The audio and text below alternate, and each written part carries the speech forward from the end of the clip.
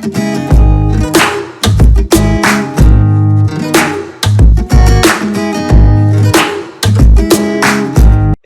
pagi, kita ada di Series Talk volume 1. Nah, di volume 1 ini kita mau membahas tentang basket yang ada di Kota Malang. Dan salah satu cerita yang sebenarnya sudah lama nggak dibahas, tapi dari mulut ke mulut itu keren banget untuk dikulik. Nah, pada hari ini aku sama Ojan, kita mau ngebahas dan nge-interview dua orang yang menjadi salah satu pelaku sejarah yang ada di basket Kota Malang pada saat itu ya. Silakan diperkenalkan ya narasumber pertama. Silakan. Ya, perkenalkan, nama saya Reza. Biasanya dipanggil Rejol. Waduh. Oke, ini Mas Reza. Satunya silakan Mas. Aku Arsya Maulana dipanggil Arsya. Oke, nah pada saat ini tuh kita mau bahas topik ini Mas. Kebetulan kan Mas ini berasal dari SMP Negeri 1, ya kan? SMP Negeri 1 itu terkenal kan kalau di dunia basket itu salah satu SMP yang nggak pernah kalah kan. Apalagi di tahun 2012 ya. Di range 2012 sampai 2013. Nah, bisa diceritain dikit nggak sih emang sebenarnya SMP 1 itu emang SMP yang atlet, sekolah atlet atau gimana? Mungkin bisa diceritakan dikit gimana? Yang pertama, Mas Reza mungkin. Oh ya. Kalau misal menurut saya pribadi ya, SMP 1 tuh bukan sekolah atlet sih, sekolah biasa kayak layaknya sekolah SMP pada umumnya. Cuma kalau untuk atlet atau enggak itu memang karena mungkin udah ada pas aja waktu itu orang-orang pada kumpul di situ, dan kebetulan juga waktu angkatanku masuk itu dia lebih kebetulan juga kan pelatihnya juga baru tuh, jadinya buat ngebentuk itu tuh mulai dari awal tuh bareng-bareng sama pelatih, jadi kelihatannya kayak wah langsung jadi satu. Dan itu kan semua kalau misalnya dari tahunku kan isinya rata-rata anak min ya, kayak aku boleh bilang itu semua yang udah klop dari SD. Kalau sih aku. Oh gitu. Oh, sebelum lanjut ya, ini kan antara Mas Arsa sama Mas Reza ini beda angkatan ya? Iya. Benar. Kalau Mas Arsa angkatan? Aku tuh angkatan masuk SMP 2009. Nah. Rejol 1 tahun bawahku. Oke, tadi kan Mas Reza kan tadi Mas Reza, Rejol ya? Ya, Rejol. Mas Rejol tadi udah bilang kalau misal antara pelatih dan juga kamu masuknya bareng. Nah, ya. Berarti dulu Mas Arsa pernah ini ya beda, maksudnya waktu Mas Arsa pertama kali masuk itu pelatihnya beda sama waktu Mas Arsa mau lulus. Ya, bisa diceritain dikit tak gitu gimana? Mungkin backstory-nya kalau ini setauku ya, kalau di Kota Malang itu ini kita ngomongnya basket, trigger naiknya basket di sekolah-sekolah itu walaupun memang dari dulu kan basket Kota Malang lumayan terkenal mungkin kita tahu sama Go Stream dan lain sebagainya, itu kan berarti culture basket Malang emang udah established mungkin, tapi nggak sebesar itu. Tapi yang kita nggak bisa pungkiri itu keberadaan DBL. Yeah. Nah, itu kan jadi salah satu amplifier di Kota Malang juga, dari SMA dan lain sebagainya, sehingga walaupun itu pertandingan antar SMA, anak SMP itu banyak yang nonton, mungkin kalian juga pasti nonton kan. Nah, itu setahu aku itu sekitar tahun 2000, dari 2009 sampai 2012 itu lagi gencar-gencarnya lah. Yeah. Sebelumnya DBL itu juga sebenarnya kompetisi yang diadain, kalau misalnya saya SMP diadain SMA 1 sama lainnya, maksudnya ada masing-masing SMA punya kompetisi sendiri-sendiri yang masuk dalam acaranya. Nah, kebetulan aku waktu itu masuk SMP 1 dari MIN juga, dan di situ sebenarnya kalau dibilang sekolah atlet juga bukan. Kalau mau jujur-jujuran aja, kalau misalnya terkait dengan kalau misalnya kita bilang misalnya skopnya sekolah atlet itu semua tersedia, dibiayai dan lain sebagainya. Waktu aku masuk SMP 1 sih, kalau dibilang seperti itu masih belum ya. Mungkin masih beda sama kayak sekolah yayasan atau sekolah-sekolah Katolik yang kita ketahui yang mesti lebih niat lah, istilahnya lebih niat gitulah ya, gitu.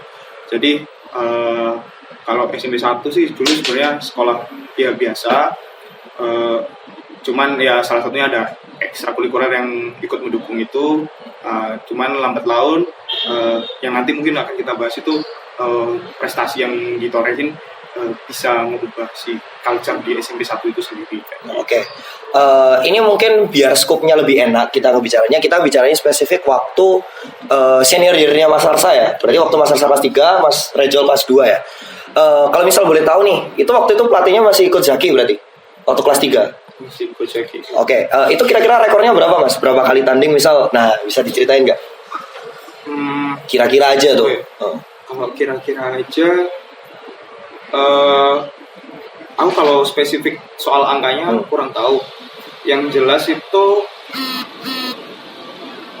untuk kekalahan dari patokannya senior yearku ya. Senior yearku itu kalah itu dari misalnya kompetisi sepanjang tahun kurang lebih ada 3 kali. Yang pertama ini adalah saat mulai peralihan antara senior year atasku. Jadi aku masih kelas 2, tapi udah akhir. Mau masuk kelas 3. Jadi saat itu kalau nggak salah di SMA 2. Jadi masih ada 2 tim. Aku sama Ejol masih ada di second timnya ya. Itu terus yang SMP 1 ada yang tim A-nya, ada yang di atasnya Mas Arsa. Di sana kita kalah di semifinal, tapi bisa di perebutan juara 3-nya berhasil juara. Itu lawan Panderman kalau nggak salah. Di situ itu kalah pertama kali kita kalau jadi satu tim ya, kalau satu tim. Jadi itu kayak kickstartnya legasinya Pak Zaki lah kalau nggak salah. Lalu yang kedua itu kalah yang double overtime Dempo sama Maria Fatima Jember. Itu terkenal sih ceritanya. Iya, final itu juara 2. Lalu yang terakhir kalah di UNESA. Nah, itu sama UNESA, aku kelupaan. SMP. Itu berarti kalahnya sama luar kota juga waktu yang di UNESA. Surabaya atau mana lupa. Berarti dalam span istilahnya 1 tahun ya. 1 tahun itu cuma kalah 3 kali. Dan kalah yang pertama pun itu masih untuk beginningnya, maksudnya kayak kickernya lah. Nggak tahu kalah berarti di Malang. Layo. Jago nih. Layo. Sabilillah gimana? Jangan tanya Sabilillah. Oke, berarti ini sedikit kita kulik ya. Tadi kan bilang kalau misal dari definisi dari yang Mas Arsa tadi bilang kan berarti di Malang sendiri itu istilahnya nggak pernah kalah ya di region Malang. Kalau misal dari band atau scope ukuran dari 2011-2012 kayaknya waktu itu SMP 1 lagi oke. Oke. Itu bisa diceritain dikit gak sih siapa aja pemainnya? Mungkin ke teman-teman yang nggak tahu mungkin. Kalau dari kacamata aku ya dulu kan aku dari MTS dan juga basketnya nggak terlalu oke juga kan. Cuma kayak kalau misal aku ngeliat SMP 1 ya kayak ada Mas Rejol, Mas Arsa, terus ada namanya Mas Satrio, Mas Faranula, ada Mas Maududi. Nah itu bisa diceritain dikit nggak sih tentang mereka? Apakah memang mereka sebagus itu waktu SMP atau memang gimana? Mungkin Mas Reza atau Mas Arsa bisa cerita. Mungkin aku urut dari mungkin kayak kebentuknya, ini kan ngelit ke kebentuknya tim waktu itu ya. Mungkin aku ceritain dari yang sisiku dulu karena aku yang lebih masuk dulu ya. Gitu. Dulu tuh jadi aku 2009 masuk SMP 1. 2009 masuk SMP 1 di dalamnya itu udah ada pemain-pemain yang emang established gitu kan. Aku bilang established di sini udah yang lebih jago-jago lah. Waktu tahun 2009-2010 itu dulu dominasinya Panderman lawan SMP 1. Itu udah senior-senior dan sebagainya lah. Panderman itu berarti ini, sorry aku potong ya. Berarti Panderman itu Santa Maria 2. Santa Maria 2. Pecel Winongo. Nah, Pecel Winongo. KFC Kawi. Nah, ya di situ.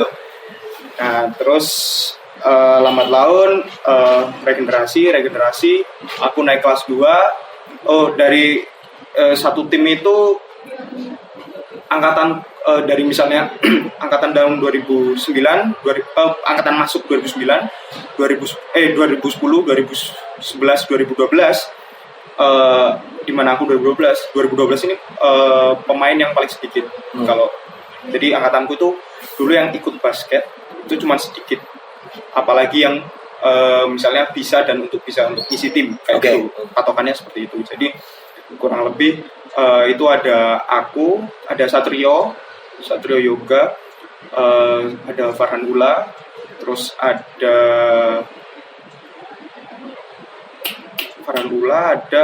mungkin Ihan itu maksudnya Axel ya? Iya. Ihan Axel. Terus sebenarnya ada Riza Aditya Fauzan itu tapi baru ikut ketika kami udah senior year itu. Okay. Terus ada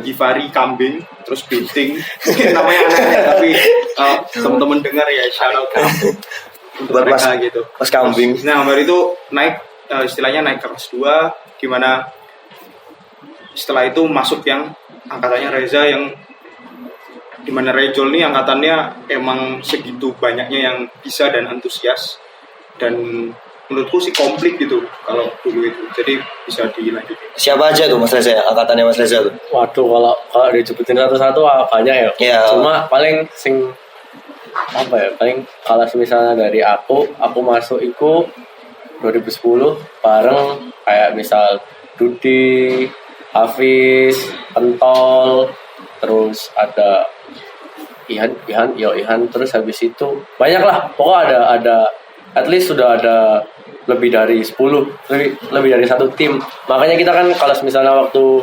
pas angkatan gue itu sering banget untuk ngeluarin 2 tim kan, biasanya antara SMP 1A, SMP 1B kayak gitu.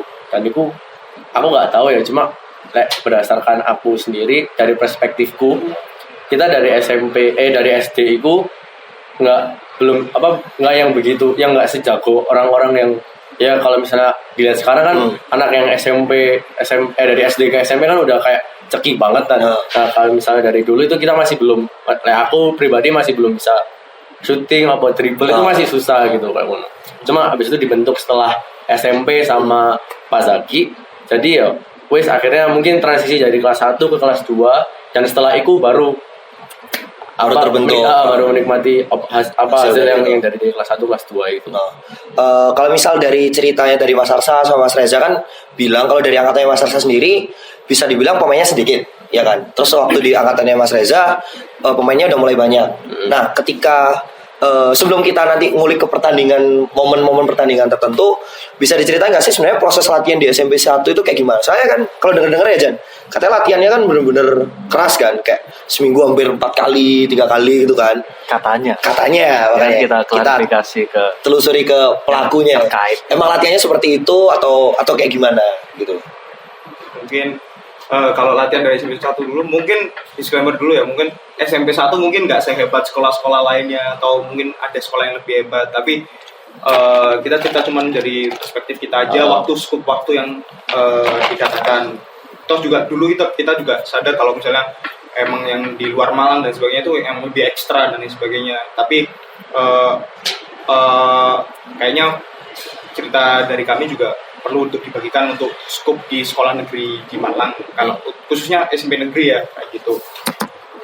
Nah kalau dari zamanku dulu, kalau aku sendiri itu setahun lah kurang lebih kan sebelum Rejol masuk. Gini patokannya, kalau Rejol masuk berarti Coach Zaki udah masuk. Jadi patokannya seperti itu. Jadi aku setahun sebelum Rejol masuk itu sempat perpindahan pelatih itu 2 kali. Berarti dari pelatih yang pertama ini seingatku ya, itu almarhum Coach Divan. Itu beliau kurang lebih untuk porsi latihannya itu kurang lebih sama 3 kali rata-rata 3 kali, mungkin ada 2 kalinya tapi lupa. Waktu Coach Divan, terus setelah itu sementara diganti sama Coach Nuria, Mbak Nuria mungkin yang aku itu masih ingat, Mbak Nuria. Terus baru waktu itu ingat, jadi tiba-tiba itu udah masuk tahun ajaran baru, Ejol masuk, kita mulai ini Jol, apa namanya, demo ekskul. Demo ekskul pertama.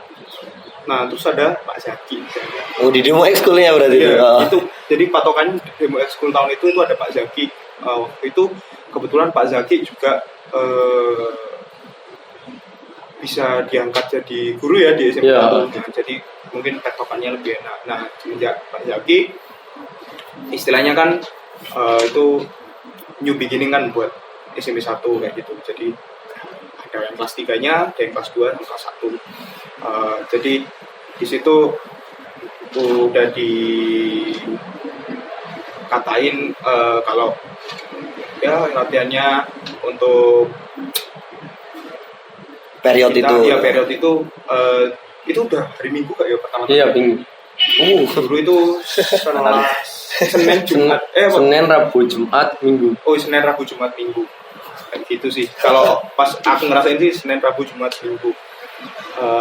Mungkin pas itu namanya. Aku ya dari sisi aku mungkin aku mulai kelas 8 ya. Kita tadi kan general ya. Senin Rabu Jumat Minggu itu kan latihan ekskul. Oke. Sedangkan aku waktu itu masuk kan kelas 8, kelas 9 itu kan kelas basket ya. Jadi Senin Rabu Jumat Minggu ini sudah general. Pasti semua latihan. Ya. Sama tambah satu lagi. Waktu kita olahraga kita basket. Setiap pelajaran olahraga itu pasti basket. Jadi kurang lebih kalau misalnya dari aku pribadi itu ada 5. Nah, tapi ini 5 dalam seminggu ya. Tapi kita setelah sekolah misalnya kita pulang jam 1 sampai jam 3 kita pasti basketan terus. Jadi kayak entah itu disuruh jatah apa main biasa, itu kita difasilitasi. Aslinya tuh nggak boleh pertamanya. Soalnya kan ya mengganggu jam lah katanya, kata guru-guru. Cuma gara-gara tadi kata Mas Arsa, kata Mas Arsa, Pak Zaki adalah salah satu guru di situ yang mana kita memiliki privilege lebih dari itu. Nah, jadi kita bisa bisa nambah lah jatah lebih dari yang lain. Terus Mas Arsa ingat itu dulu kita kan hari Jumat itu gak boleh basketan kan, soalnya dia dimarahin sama sampai itu Pak Rohim itu. Nah itu dimarahin soalnya Jumatan gak boleh keringatan, mambu bau lah. Nah itu tapi akhirnya lama kelamaan kita jadi boleh main hari Jumat itu main basket. Jadi itu sorry aku potong ya. Berarti basketnya itu sebelum Jumatan itu masih ada kelas lagi atau? Udah nggak ada. Kita selesai kan sebelum Jumatan. Terus habis itu setelah Jumatan kita basket terus. Jadi bisa pulang colongan. Iya, basket colongan gitu. Oke. Jadi ya mungkin kalau misalnya aku boleh bilang ya, kita seminggu 7 kali sih. Jadi kita basketan terus sih. BNS ya? Iya. Apa itu Jan BNS? Batu Night Spectacular. Ball never stop. Ya sih. Gitu. Berarti kalau bisa aku simplifikasi, berarti waktu tahunnya Mas Arsa pertama kali masuk tahunnya Mas Arsa pertama kali masuk itu masih istilahnya normal ya, misalnya 2-3 kali seminggu ya. Tapi ketika Coach Zaki masuk waktu tahun keduanya Mas Arsa, itu latihannya udah intensitasnya mulai naik in term of quantity-nya. Tapi emang ini ya, ketika Coach Zaki masuk ke SMP 1, beliau merupakan one of the best in the business kan pada saat itu ya. Maksudnya kayak kalau nggak salah orangnya pernah ngelatih SMP 21, itu kayak yang salah satu yang unbeatable pada tahun itu ya. Nah itu apakah nggak ada kendala tuh waktu pertama kali? Jadi kan Mas Arsa masuk nih, berarti kan SMP 21 yang angkatan bagus tuh masih main. Nah itu apa nggak ada kendala pada awalnya ketika ketemu mereka gitu?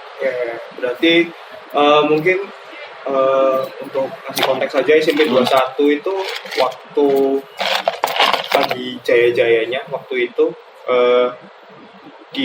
aku waktu kelas 2, berarti dia udah senior year gitu. Waktu saat itu dalam periode itu Pak Zaki pindah ke SMP 1 untuk kerjaan dan lain sebagainya, yang juga sekaligus ngelatih. Kalau ditanya ada kendala atau enggak, pastinya yang kendala pastinya ada lah. Maksudnya apalagi yang senior year, mungkin aku juga ada, mungkin Ejo lebih mudah menyesuaikan, kan dia baru masuk, lagi dia kayak gas kosong istilahnya kan, tinggal ngisi aja dan sebagainya. Tapi kan yang lainnya harus ada penyesuaian kayak gitu, apalagi yang udah senior year, terkait culture-nya, maksudnya terkait biasanya menggunakan pattern latihan yang seperti apa atau apa, pasti ada penyesuaian. Nah di situ yang mestinya harus waktu itu sempat coba trial and error dan sebagainya, karena sistem dari pelatih sebelum dan sesudahnya kan totally different ya. Walaupun sebenarnya tipikal keduanya itu mirip-mirip. Dia beliau itu cenderung ekspresif waktu di lapangan. Ekspresif. Ya, jadi kayak Jurgen Klopp gitu loh. Ya kurang lebih kayak gitu lah. Nah, kayak itu. Cuman ya di situ nggak mau kita harus penyesuaian. Dan mungkin kalau bahas SMP 21 emang nggak bisa dipungkiri saat itu, walaupun sebenarnya kalau menurut penilaianku ketika aku kelas 2 roster atasku tuh tingkat final yearku itu juga lumayan dari postur dan lain sebagainya.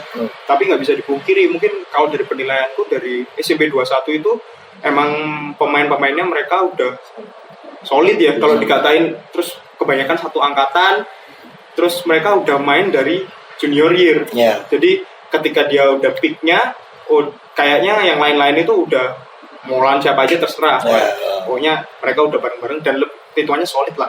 Apalagi waktu itu juga dipegangnya sama Pak Zaki. Semua jadi kelas 3 mereka udah temporary ya kalau dipegang Pak Zaki ya waktu itu ya. Cuman waktu pertandingan doang. Gitu. Terus beberapa kali kita juga sempat ketemu gitu ya. Ya jelas di pantai gitu maksudnya. Udah beda. Nah, kayak gitu sih kalau misalnya penyesuaiannya. Karena penyesuaian sistem ada yang harus disesuaikan terkait misalnya jadwal latihan dan sebagainya, menu latihannya juga kayak gitu. Sama itu sih kalau penyesuaian yang dilakukan emang benar-benar kayak culture yang di SMP-nya sih kayak terkait dulu harus punya bola satu-satu ya. Satu-satu. Lalu ekskul itu harus punya bola satu-satu, entah bola apapun itu, sampai akhirnya mungkin karena lihat yang ikut antusias dari angkatanku, dari angkatan bawahku, atasku juga dan lain sebagainya, itu sampai tentunya dengan diiringi sama capaian-capaian itu ya, mungkin pihak sekolah juga lihat kayak itu akhirnya difasilitasi lah di situ. Dulu kayak bolanya bagus-bagus ya Jol, kayak GG 7 kayak itu satu keranjang itu dimasukin ke gudang.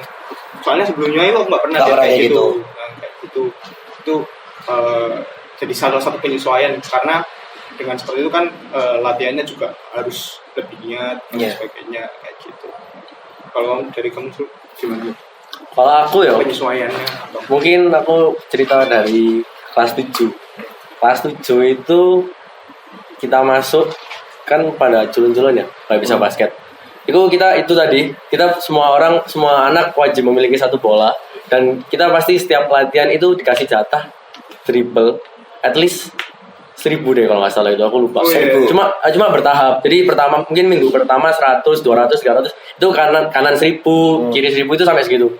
Terus habis itu setelah ya udah pokoknya itu udah ya. Itu awal-awalannya banget orang yang nggak bisa dribble jadi bisa dribble karena itu.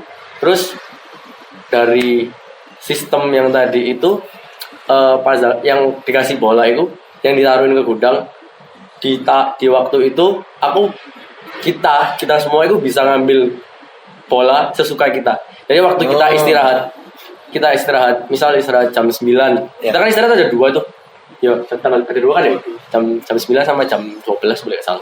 Nah itu jam 9 kita ngambil bola ya, syuting ya main. Jam 12 gitu lagi ntar kita terus habis ntar pulang juga gitu lagi. Jadi kita ntar setiap istirahat pulang itu kita ngambil kunci di meja guru, mejanya Pak Zaki untuk jatah itu tadi. Itu yang paling apa ya? Yang menurutku mungkin kita nggak bisa lepas dari bola. Jadi bola is life banget waktu SMP.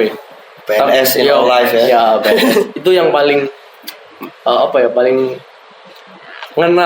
mengenang di SMP waktu itu. Oke. Nah, sekarang tadi kan sempat ngulik nih tentang 2 pertandingan, ya kan? Pertama kalah sama Maria Fatima Jember sama di UNESA. Pertandingannya Rejol itu yang double final ya, kalau nggak salah di Kosayu sama di NBL. Oke. Nah, pertama kita mau bahas tentang yang Maria Fatima dulu deh. Itu gimana Mas ceritanya? Itu kalau nggak salah di Cup terus double overtime. Ya, gimana tuh, bisa diceritain nggak? Kurang lebih backstory-nya, jadi Demo Cup itu kompetisi yang diadain sama SMA SNL Britus di Dempo. Itu kalau nggak salah dulu 2 tahun sekali. Jadi waktu itu ketika setelah vakum terus kita daftar lagi, itu kayak brand new GBBA. Itu waktu tahunku terakhir sama Ejol juga yang bawahku. Jadi kayak itu jadi salah satu ajang pembuktian ke kita. Soalnya juga Dempo Cup dulu gengsinya lumayan tinggi karena lapangannya paling oke, semi indoor. Terus pesertanya dari luar Malang juga banyak kayak gitu kan. Terus di situ juga termasuk festival yang cukup besar karena ada liga futsalnya juga ya kan, kompetisi futsal, volley. Jadi banyak cabang ketika di sana itu rame gitu kan, ketemu banyak sekolah dan sebagainya. Jadi kan ya gregetnya itu pasti ada. Itu kita ya itulah drawing dan sebagainya. Itu di situ kita drawing lah, sebenarnya udah lepas wis. Pokoknya dulu mindsetnya kan dulu kalau misalnya udah sempet takut lawan ini lawan itu dan sebagainya. Kalau di situ kita udah dapet siapa aja, asal pokoknya bareng-bareng.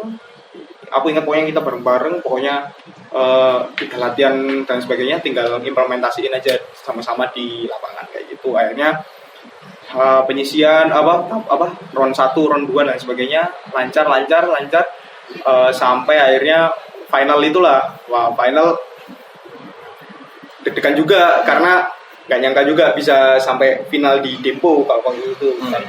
Lawannya waktu itu dari Jember, Maya Fatima itu.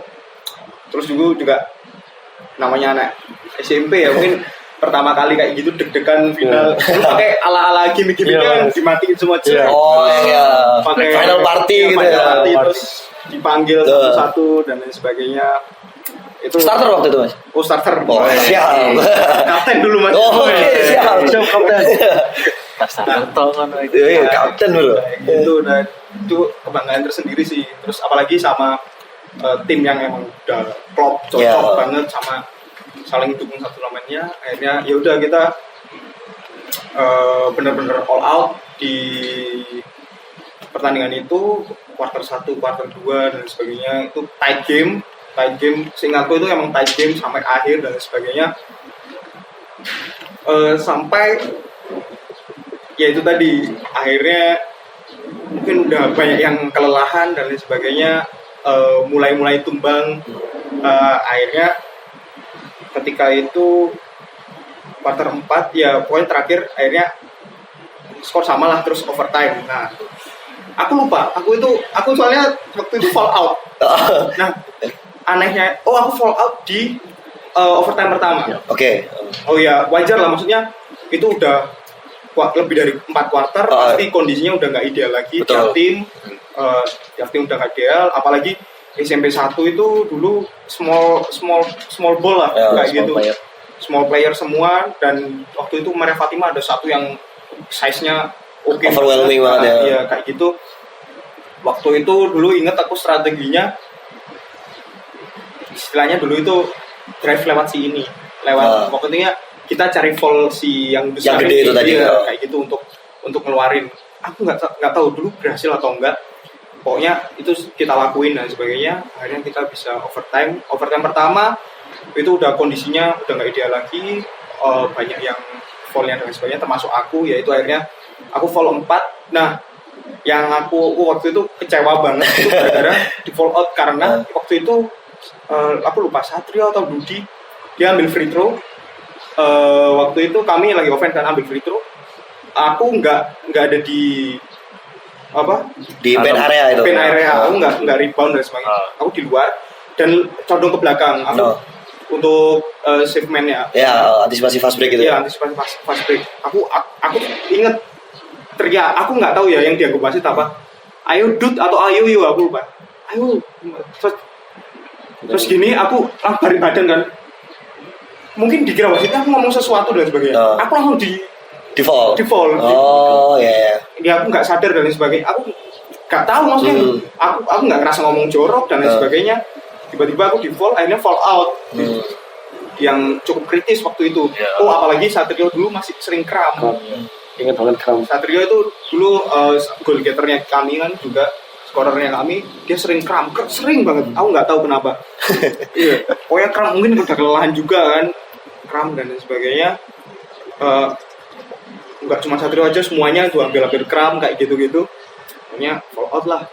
Waktu itu udah sedih lah, maksudnya nggak bisa, ini dikit lagi bisa diperjuangin kayak gitu kan. Terus sempet ya pusing-pusing di bench, tapi akhirnya lihat teman-teman yang di sana sampai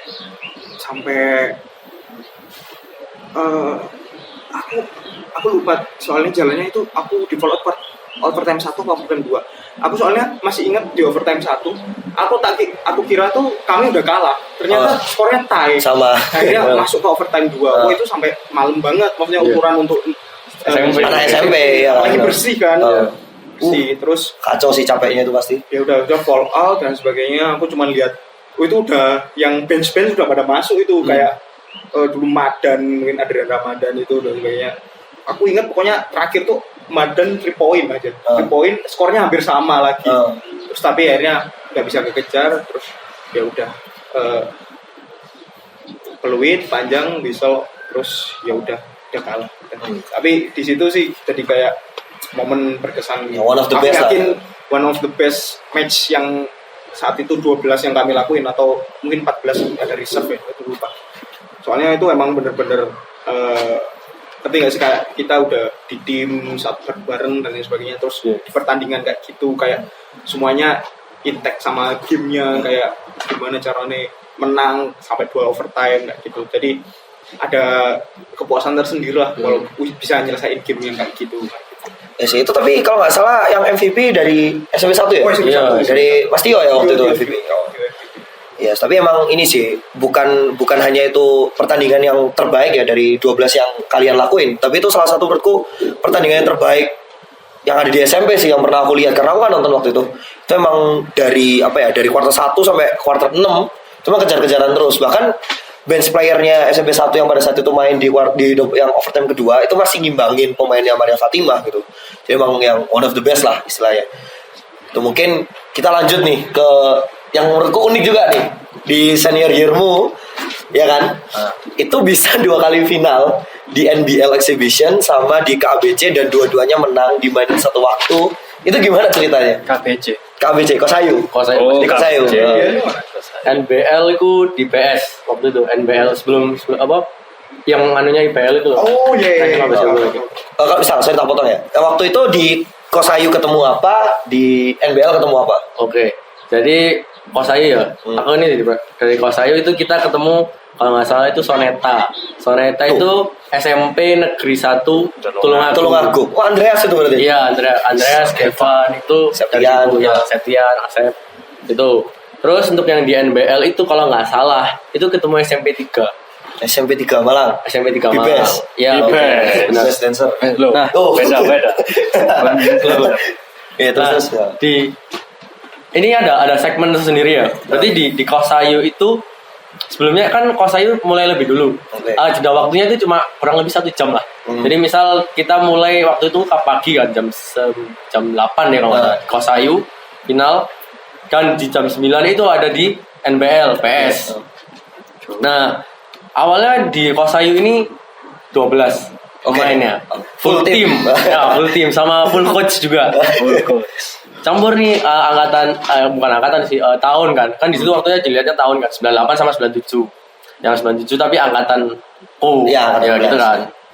Terus habis itu setelah kelihatan kalah ini di kuarter berapa kalau nggak salah itu kuarter 2 itu kayak udah pesimis. Terus akhirnya kayak scorer kita kayak misalnya kayak yang 98 yang scorer juga kayak Dudi yang tahun 98 itu ditarik cabut buat ke NBL. Yang mana soalnya chance-nya lebih tinggi untuk menang. Terus yang Kosa itu dilepas karena ya udahlah nggak apa-apa, pokok kan juara 2 kayak gitu. Udah habis itu setelah itu cabut kan yang 98 kayak Dudi, Asep, terus ya pokok yang muda-muda itu cabut semua. Sisa di Kosa itu sisa 8 orang. Final itu 8 orang lawan 12 kan. Terus habis itu itu kita main terus.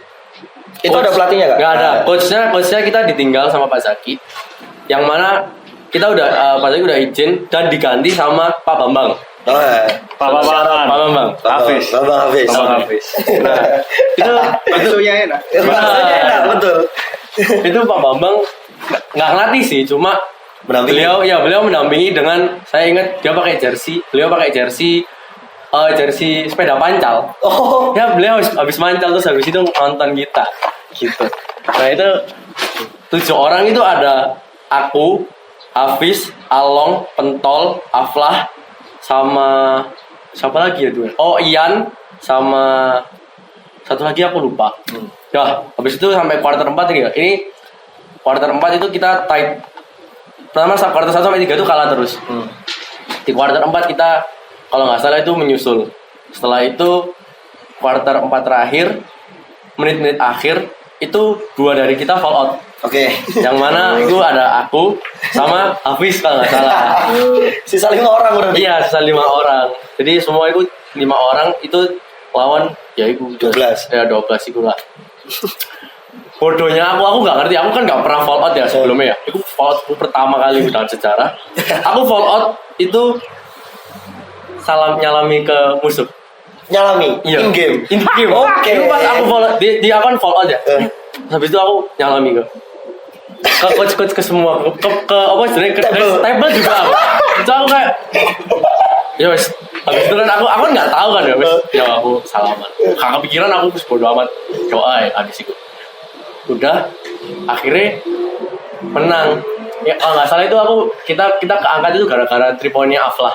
Oke. Itu aku ingat sama Along kan larinya buanter kan. Alang yang lurus itu. Iya, Along Hildan. Nah itu gara-gara itu akhirnya kita menang. Dan kita kan masih belum tahu nih yang di NBL ya apa. Itu berjalan dalam satu waktu kan. Udah kita menang. Terus habis itu MVP-nya waktu itu kan Along. Terus habis itu kita nanya-nanya nih. Itu kan itu skalanya apa? Jawa Timur kan. Jawa Timur ya sama Tulungagung kan ya.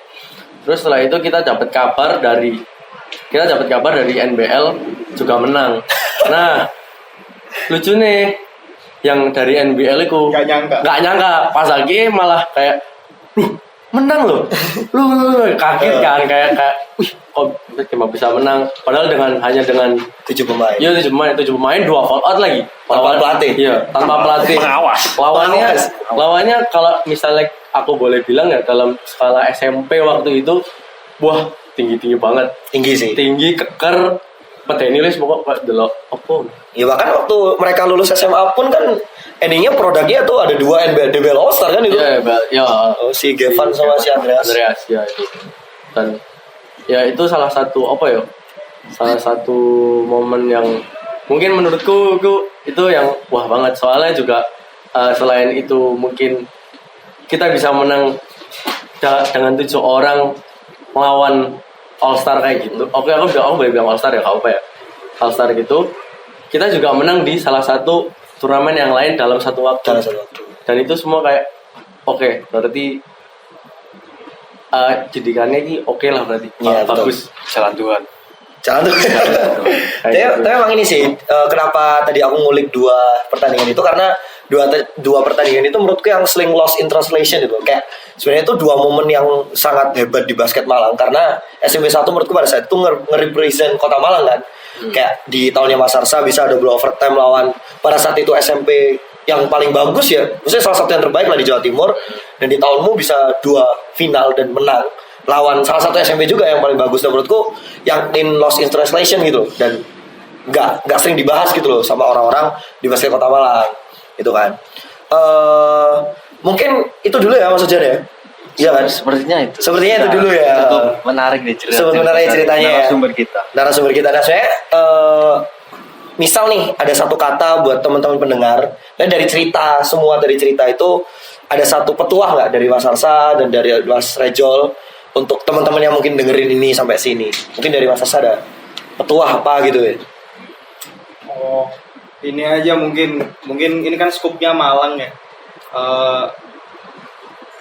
Karena menurutku tuh Malang kurang terekspos dan ini dalam hal apa aja ya, mungkin juga di sini khususnya basket. Aku tuh tahu maksudnya potensi teman-teman yang di Malang dan sebagainya itu seperti apa, bahkan nggak cuma di basket aja, kalau bisa itu showcase lah maksudnya apa yang kalian punya itu dalam media apapun. Misalnya salah contohnya kayak di sini mungkin Series, Dava sama Ojan yang mulai merintis dan sebagainya. Mungkin teman-teman lain yang ada punya dan lain sebagainya jadi platform dan sebagainya untuk showcase potensi kalian gitu, entah mungkin dari basket dan sebagainya. Dan potensi basketnya juga kalau khusus basket ya, aku yakin juga potensinya anak Malang nggak kalah yang sama yang lainnya lah. Jadi Betul. aku pingin lihat gitu, maksudnya anak-anak Malang di luar sana atau di kancah-kancah entah bidang apapun termasuk basket ya. Jadi saranku sih showcase yang apa yang kalian punya gitu, dengan media yang ada sekarang. Itu aja sih konsepnya sekarang. Kalau Mas Reza. Aku mungkin lebih ke disclaimer aja kali ya. Ini kan dari perspektif kita tentang apa yang kita alami dan kita lalui di SMP 1 ketika tahun 2010 ke 2013 itu ya. Mau itu cerita dari kita nggak berniat untuk berniat untuk apa ya istilahnya, kita cuma nge-share, nggak pamer, dan juga mungkin cerita kita bisa berbeda dengan apa yang kalian alami. Mungkin teman-teman audiens dari N-Series juga, kalau misalnya ada salah cerita atau salah kata, mungkin mohon dimaklumi karena emang itu sudah sedikit lama ya, kurang lebih 8 tahun yang lalu kan, kayak gitu. Nah, bahkan belum puber ya. iya, belum puber ya kayaknya. Baru sunat kayaknya itu. Baru sunat. Enggak sih. Belum misah. Loh, beda. Beda. Oke, lanjut. Terus ya mungkin kalau mungkin saran dan masukan kali ya, buat kayak anak-anak pebasket Malang, lebih lanjutnya, jangan capek buat latihan, meskipun mungkin in terms of size and heights or apalah yang di luar kuasa kita, itu gak apa-apa selama kita berusaha terus. Mau latihan terus atau gimana, itu ya udah, yang penting lu udah udah berusaha, kayak gitu. Mungkin itu aja sih untuk saran dan masukannya. Itu, tapi emang bener sih, dilihat dari ceritanya, kalau misal dikulik kan latihan sampai 7 kali dan membuahkan hasil kan. Iya. Langganan juara kan. Kalau seingatku ini dulu Mas Arsa pernah MVP dia sama 8 ya. Pernah MVP dia sama 8. Kalau Mas Rejol pernah ya? Enggak pernah MVP di bahkan di Along ya. Iya. Tapi intinya practice don't lie. Jadi kalau misal kalian buat bowlers Malang, bowlers Malang out there yang pingin prestasi tapi nggak latihan, itu nggak bisa. Dan bisa dikulik dari cerita mereka. Itu sekian ya untuk N-Series Talk volume 1. Terima kasih banyak buat Mas Arsa, buat Mas Reza udah berbagi ceritanya. Ya, semoga dari cerita teman-teman dari Mas Arsa dan Mas Reza bisa menyampaikan untold story dan juga bisa menginspirasi teman-teman yang dengerin. Nah, buat teman-teman yang dengerin sampai sini, terima kasih juga udah mau mendengarkan ocehan kita berempat, ya kan? Stay tune juga buat volume-volume berikutnya di N-Series Talk. Ini buat yang volume 1. Mungkin itu aja mungkin yang mau disampaikan buat nutup M-Success closing. Gimana? Jangan lupa follow and subscribe. Follow and subscribe N-Series Talk di Instagram. Benar. Ya, terima kasih banyak. Yuk, stay tune buat episode berikutnya. Peace out. Ya.